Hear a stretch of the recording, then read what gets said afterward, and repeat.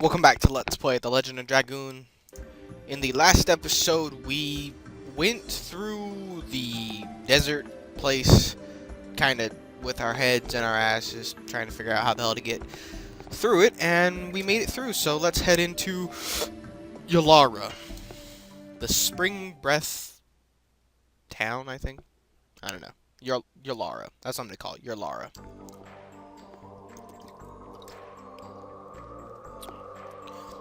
Even if an adventurer is lucky enough to make it through the death frontier, nobody can proceed from here.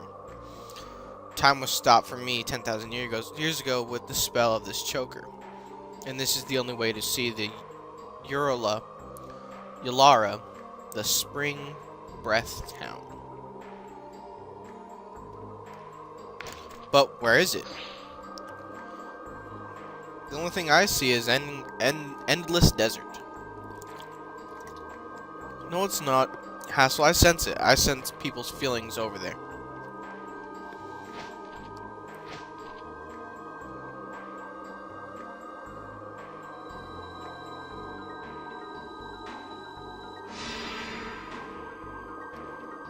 Ooh, fancy magical powers hiding from everybody. We fly over there with this. Are you afraid? No. I think you are. Maybe.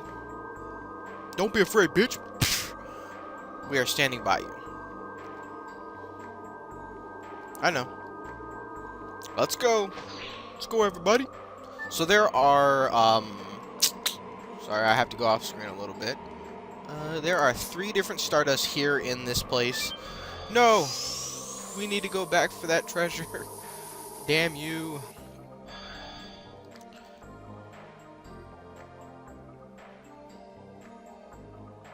Welcome to Ulara, the Spring Breath Town. I am the guard of this teleporting device, Karen. I'm a good friend of Rose's. Long time no see. Long time?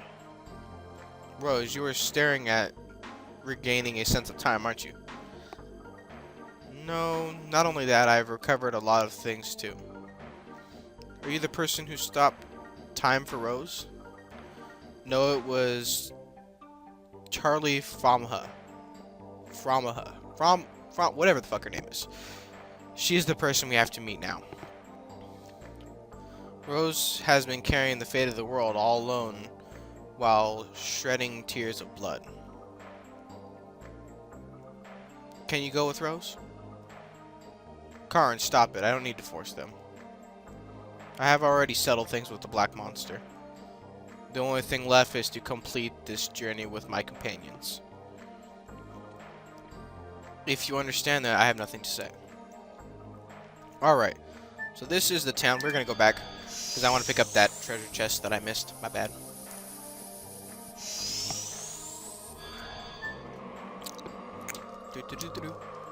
You son of a bitch.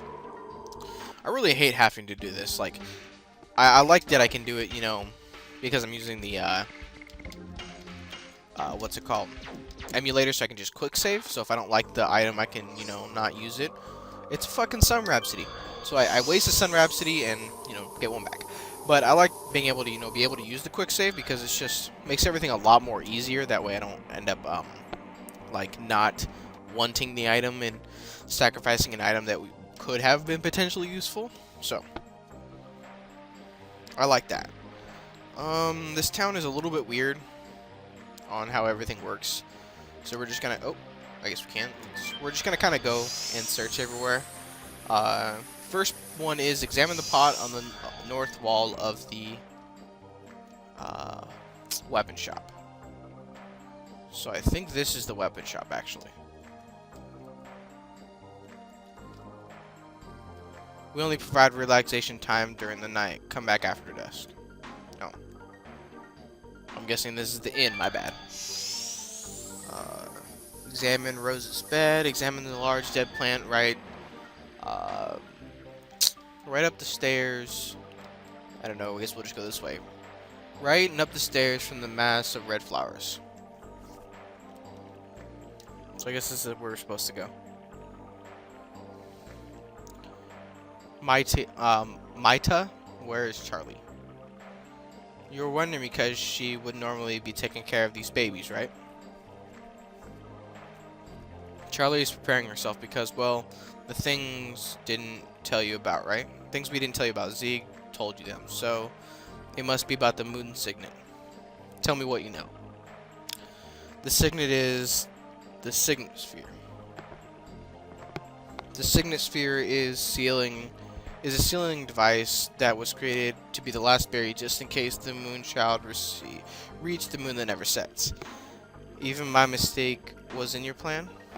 You are really scary people. Even more scary is Zeke. He is trying to destroy the signet sphere by using the divine moon objects. Wait a minute. You made the signet sphere just because you were afraid of the birth of the god of destruction.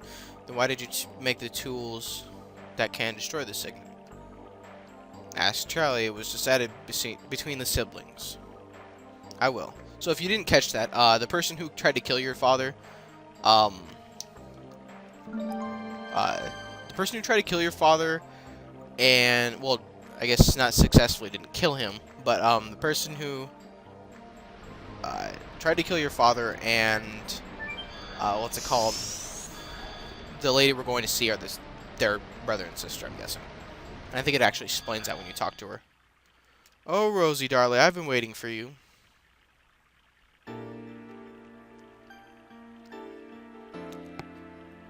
I think it does, but I'm not 100% sure. I don't need your greetings. You know what I want to ask you. Oh, you are scary, but before that, can you introduce me to the son, dear of Ziggy? This is Dart. Doesn't he look just like our Ziggy? But Rosie, honey, it's complicated. You have to fight with the son of someone who used to be your significant other, and furthermore, the enemy is the significant other. God, do you want me to give you a knuckle sandwich? Sorry, honey, but I am really concerned. So I am intentionally making it happy and delightful so you won't be depressed, Rosie, sweetheart. You have never changed. Charlie, if you know, please tell us. Where should we head to? Really, you have the same eyes as Ziggy. I know, I've been waiting for you in order to tell you everything. Now, would you like me to tell you? Alright, so about the signet sphere. We'll go through this and then we'll call it good for this episode. About the signet sphere. Ziggy is trying to beg the signet of the moon that never sets with the magic power of the divine moon objects. That signet is the signet sphere. I am sorry that I didn't tell you about this. I have to apologize. I missed the moon child, Shauna. But you still have time. The signet of the moon that never sets is not broken yet. Where are the remaining signets? In the past, they were placed in 5 cities, but there are only 3 left. That's why we needed the same number of divine moon objects. What happened to the other 2? One was destroyed in the royal capital of Cadesia during the Dragon campaign, and the other was lost with the divine dragon assaulted when the divine dragon assaulted the Crystal Palace. Does that mean without the divine moon objects, the signet sphere can be destroyed? The divine moon objects are just tools that conceal vast amounts of magical power, that's all. So in order to destroy the signet sphere, having the same amount of magic power as the divine moon objects is sufficient. My dad knew about this, made Lloyd collect them. It doesn't seem like him, so it's so indirect. Plus, something is strange. I wonder how Ziggy knows about the signet sphere. Not only that, but he knew that Shauna is the moon child. Alright, so we're going to talk about the moon that never sets now. It's the 108th fruit of the divine tree that the divine tree dropped. It was conceived with the god of destruction that ends the world. That is why we separated its soul and flesh and sealed them away. My baby brother Melbu sealed the soul, which was the source of the power in the crystal sphere, but when he fought with Ziggy, it was broken.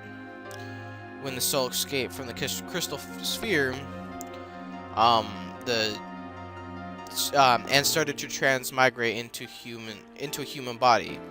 Since then, it has been called the Moonchild. What is left in the sky? What is left is in the sky, the moon that never sets.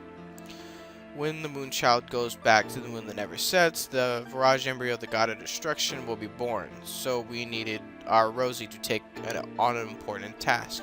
Please understand her. So we're not hating on her, it's okay. Tell me about my father. You are concerned, aren't you? Why does he have to destroy the world? Sorry, but that's the one thing I don't understand. But he was unmistakably Zig. Ziggy was Rose's fiance of Rose. They crossed both swords and love. Just looking at them made me feel embarrassed. Stop right there. I want to talk alone with Zig about our memories. I agree. Okay, so why did you make the Divine Moon objects that can break the Signet Sphere? That's right, if you were not planning to allow the Virage embryo to be born, you wouldn't need them. I didn't want to, but my baby brother, Melbu, insisted. That is not an explanation, Charlie. Oh, you are so uptight, but okay, I'll explain it to you. I told you that the soul of the Virage embryo is in the crystal sphere, right? It is in order to draw lots of magical power and both rule over all other creatures. I wanted to make him stop being a dictator, but because even though we are different appearances and capabilities, we are the same. We should be able to live together on good terms. That's why I created the Signet Sphere, in order to weaken the magical power of the crystal sphere. Rose, without telling you whatever, the 5 signets that protect the moon that never sets restrain the magical power that flows from there. My operation was a big success, I thought. But Melbu found out about it and created the Divine Moon objects. I guess he was prepared so that he could destroy the signets anytime he wanted to. I get it. Where are the rest of the Signet Spheres? That's right, that's the most important information for you, isn't it? Well, Ziggy has the Divine Moon objects and he can break the signets anytime. Listen carefully, the rest of the 3 signets are located in the ancient cities. The names of the cities are the Magical City, Agilis, the Lost City of Xenobatos, and the Death City of Mayfield. Those cities are still alive. It's surprising, isn't it? Of course, they were badly damaged during the war. How do we get there? Go to Rogue, then your way will be open. You said Rogue? It's my hometown. See? It is already opened, isn't it? Well, it'll be night soon, so why don't you go look around until tomorrow morning? Alright, so that was a lot of information to take in, guys, I know.